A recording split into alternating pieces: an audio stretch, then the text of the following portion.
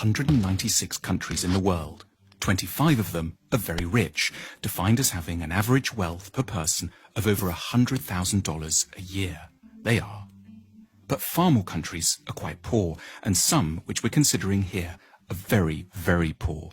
These are the 20 poorest countries in the world, where the per capita wealth is under $1,000 a year, or under $3 a day.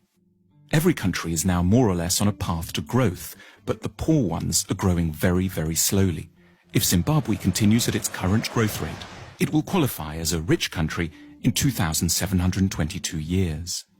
What we want to know in this film is why some countries prosper and others stagnate, so that we can understand what rich countries are doing right and get a better grip on the challenges and hurdles facing poor countries.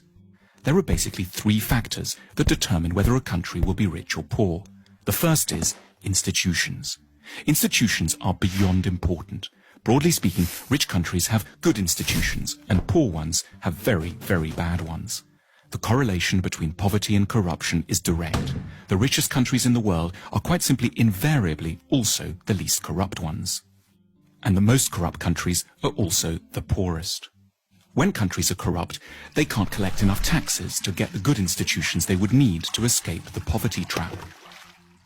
Half of the wealth of the world's poorest 20 countries goes into offshore accounts.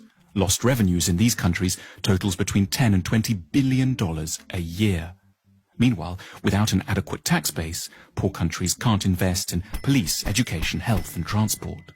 Now, a more generous way to look at corruption is that it's really a case of clan-based thinking. Say you're hiring someone. In the rich countries, you're meant to do so simply on merit, interviewing lots of candidates, then picking the best one, irrespective of any personal connection. But in poor countries, under the sway of clan-based thinking, that approach would itself be seen as corrupt. It's your duty to disregard the so-called best candidate from an anonymous bunch in order to pick someone from your own team, your uncle, your brother, your second cousin, the guys from the same tribe. As a result, poor countries don't allow themselves access to the intelligence and talent of the whole population. There's a second thing that keeps countries poor: culture. What goes on in people's minds, their outlooks and beliefs. A striking statistic pops up here in relation to religion. If there's one generalization you can make about religion and wealth, it's that the less people believe, the richer they stand a chance of being. 19 of the richest countries in the world have 70% or more of their populations saying that religion is not at all important to them. The exception here is, unsurprisingly, the United States, which manages to combine great religiosity with huge wealth. More on that in a second. And conversely, the poorest nations in the world are also extremely believing ones. Here's how many people think religion and the supernatural is deeply important in the following countries. In the world's poorest country, simply everyone is a believer. Why is belief quite so bad for wealth creation?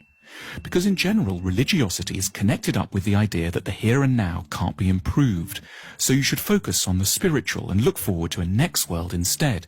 It makes quite a bit of sense when you live here. In the rich world, on the other hand, people are generally great believers in their capacity to alter their destiny through effort and talent. Incidentally, to explain the anomaly of the United States, religion seems not to slow down economic growth here because it's a particular sort of religion, an overwhelmingly Protestant and exceptionally materialistic kind. The American God doesn't want you to think of building the New Jerusalem in the next world. He wants it here and now, in Kansas or Houston. There's another big factor that determines the wealth and poverty of nations: geography. Poor countries are overwhelmingly located in the tropical regions. This isn't a coincidence. Life is, in many ways, simply far, far tougher there. The problems begin with agriculture. Tropical plants are generally a lot less packed with carbohydrates. Poor countries have worse soil too. Also, and perhaps surprisingly, a tropical climate can be disadvantageous to photosynthesis. Historically, a key determinant in the likelihood of societies growing rich was their possession of large domesticated animals, such as horses and oxen, which liberated a huge part of the workforce from having to plough by hand. But in tropical Africa, domesticated animals have throughout time been devastated by a further appalling scourge, the tsetse fly. This small fly, exclusively present in Africa because of its heat and humidity, knocks out animals on an enormous scale, making them sleepy or inactive, and has had a profound effect on the ability of Africans to develop technology, increase agricultural productivity, and amass wealth. It isn't just plants and animals that suffer in the tropics. In the middle latitudes, humans are open to a terrifying array of diseases, including